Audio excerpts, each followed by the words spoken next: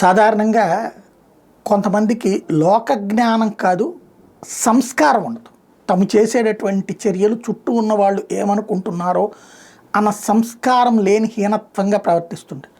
ఇది ప్రజాప్రతినిధులైతే, అది కూడా చట్టసభలో అయితే అసహ్యంలోకెల్లా అసహ్యం అవుతుంది.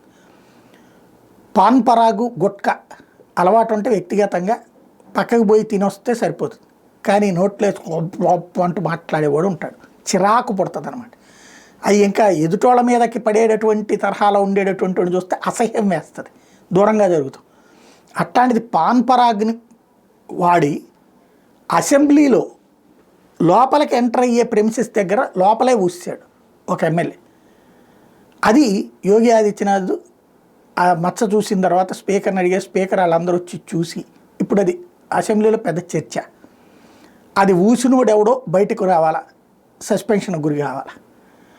వాడెవడో తనంతట తనకు వచ్చి క్షమాపణ చెప్తే ఓకే, లేదంటే అతని మీద చర్యలకి సిఫార్సు చేశారు యోగి. అదే సందర్భంలో చర్య తీసుకుంటామని స్పీకర్ ప్రకటించారు. ఒక పాన్ పరాగ్ ఉమ్ము ఉత్తరప్రదేశ్ అసెంబ్లీలో చిరాకు తెప్పిస్తున్నటువంటి అంశమైంది.